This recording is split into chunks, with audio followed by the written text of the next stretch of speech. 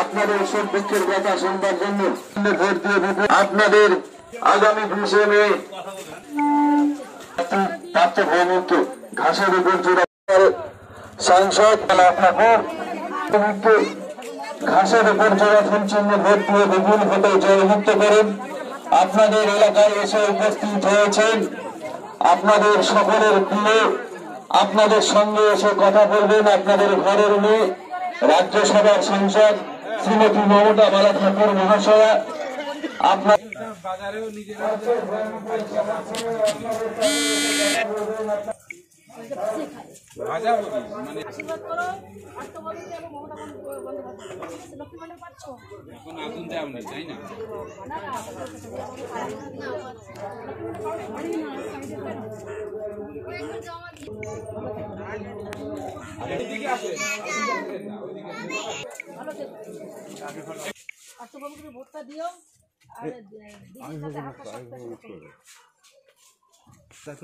ভোটটা দিও বাড়ির ঠাকুর বাড়ির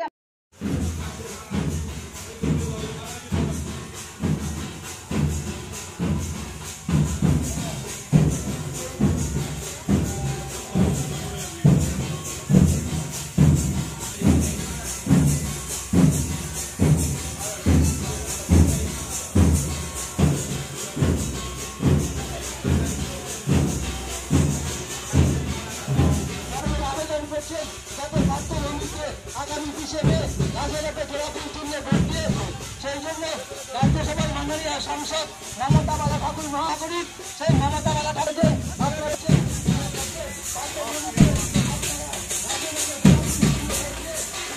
প্রত্যেকের বাড়িতে প্রত্যেকের দোরগোড়ায় প্রত্যেকের দরজায় প্রত্যেকটা ভোটারের কাছে আসছেন, বড় বড় আবেদন করছেন তাতে পার্থভূমিকে গাছের উপর জোড়া ফুল চিহ্নে ভোট দিয়ে বিপুল ভোটে জয়যুক্ত করবে। এই আবেদনটা এসে পৌঁছেছে শুনে যে বারাকপুর লোকসভা হবে কি হবে না, আপনারা কি করে কি হবে না সেই ভোট, তাই আপনি আপনার মহামূল্যবান ব্যক্তি নষ্ট করবেন না। বারাকপুরের শান্তি শৃঙ্খলা ফিরিয়ে আসছে, আমি তো বারাকপুরের গুন্ডারাজকে খতম করতে এবং মমতা বন্দ্যোপাধ্যায়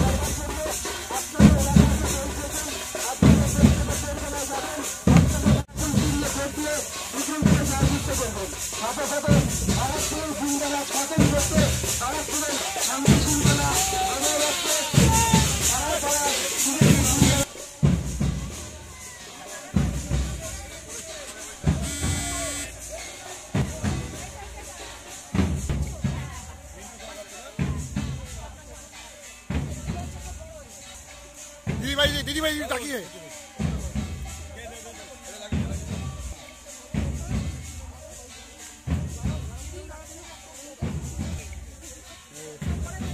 अरे छुट्टी जाबे ना तो ना हमारे चैनले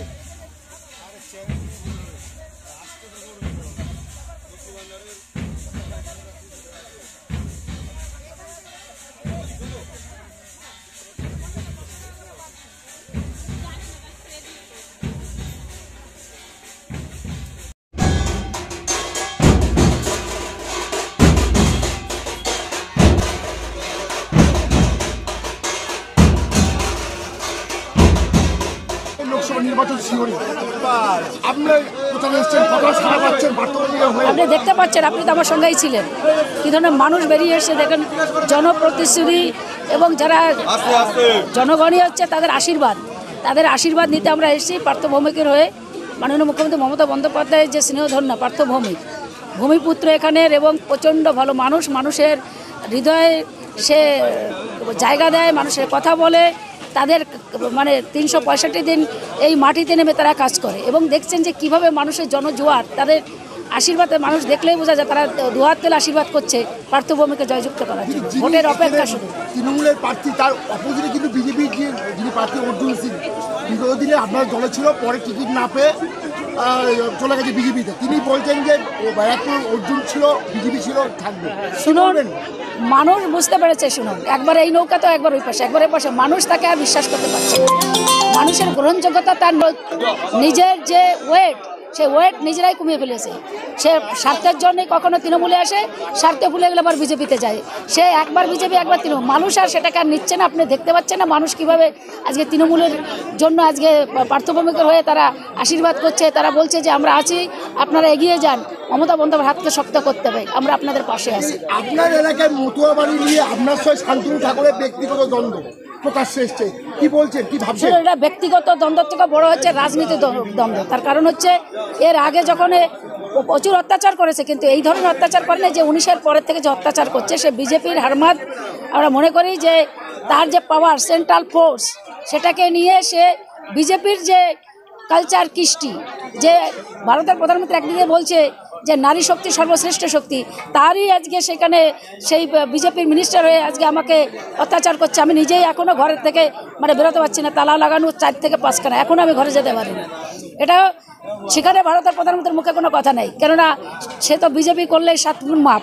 মণিপুরিকে অবস্থা হচ্ছে, নারী শক্তির কথা বলছে, হাতরাসে কি হলো, তখন তো বিজেপি সরকার বলে সেখানে যারা বিজেপি সরকারের অধ্যুষিত যে অঞ্চলগুলো, সেখানে তো কথা বলে না। কথা বলে পশ্চিমবাংলায় আসলে।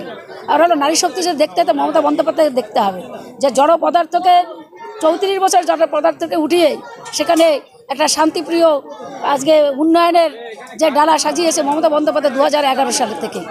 রাস্তাঘাট, পানীয় জল, লাইট, আপনি দেখেন না কীভাবে, সিপিএমের সময় কী ছিল। এটা নারী শক্তির কথা বলছে, নারী শক্তি ওনার পশ্চিমবাংলায় আসলে মনে পড়ে, ভারতবর্ষের কোথাও মনে পড়ে না ওনার। আপনার বিরুদ্ধে অভিযোগ করছে আপনি লোকাল প্রশাসনকে দিয়ে মতুয়া বাড়ি দখল নিতে চাইছেন, কি বলবেন? দেখুন, এগুলো প্রশাসন দিয়ে দখল হয় না, দখল তার মানুষের ভালোবাসায়। বড় মা যার, ওর ঠাকুরমা, ওকে কোনোদিন তারা এক মুঠ ভাত দিয়েছে না, খেতে দিয়েছে না, ভালোবাসা দিয়েছে। শাশুড়ি আমাকে আঁচল ধরে টানতো, বাচ্চারা যেরকমভাবে টানে সেইভাবে টানতো আমাকে, আমার কাপড়টা ধরে টানতো। তার চিকিৎসার জন্য যা কিছু আমি করেছি। প্রশাসন কেন দেবে? আইন দেবে, আইনের মাধ্যমে আমরা গেছি। আমরাও তালা ভেঙে ঢুকতে পারতাম, কিন্তু আমরা ঢুকিনি। যে আজকে আমার বড় মা বিনা পানি যে কাগজপত্র ঠিক করে গেছে, আইন আমাকে ঘরে উঠাই দিয়ে আসবে। এটা প্রশাসন দখল করে। প্রশাসন কেন দখল করতে? তার ইচ্ছা হলে তো আমি না যাই, তালা ভেঙে ঢুকতাম। বড় মার পাশে যে নরেন্দ্র মোদী এসেছিল, সেক্ষেত্রে আশা কিছু পাচ্ছেন না প্রধানমন্ত্রীর তরফ থেকে? শুনুন, ভারতের প্রধানমন্ত্রী ছিল ভোটের জন্য। যে ওরাকান্দিতে সেখানে বাংলাদেশের মানুষ ভোট দেয় না, সেখানে পর্যন্ত গেছিল কেন? মতুয়ারা যাতে পশ্চিমবাংলার মানুষরা ভোট দেয়। কিন্তু যে ঠাকুরের নামে যেখানে যা মাথা নত করে হরিগুরচাঁদের পায়ে, সেই বাড়িতে বড়মার পায়ে মাথা নত করতে এসেছিল, কিন্তু ভোটের জন্য। কিন্তু সেই ঠাকুরের নাম যখন আমি পার্লামেন্টে ধ্বনিত করতে গেলাম, তখন বিজেপি সেই ধানকার আমাকে, উপরাষ্ট্রপতি আমাকে সেটাকে বাধা দেওয়া হলো। তার জবাবটা মতুয়ারা দেবে যে তাদের ঠাকুরের নাম আজকে কেন পার্লামেন্টে দিতে হবে না, তার জবাবটা ভোটের বাক্সে পড়বেন। দেখবার এবার কীরকম ভোট হয়। আমরা আশা করছি 100% পাবো আমরা।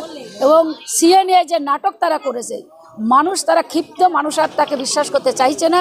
তারা যে বুক বেঁধেছিল আশা নিয়ে যে আমরা ওপার বাংলা থেকে এসেছি, আমাদের হয়তো নাগরিকত্ব 2019-এ, তারা যে ভুলটা করেছে, তারা নিজেরাই বলছে আমরা দ্বিতীয়বার আর এই ভুল করবো না।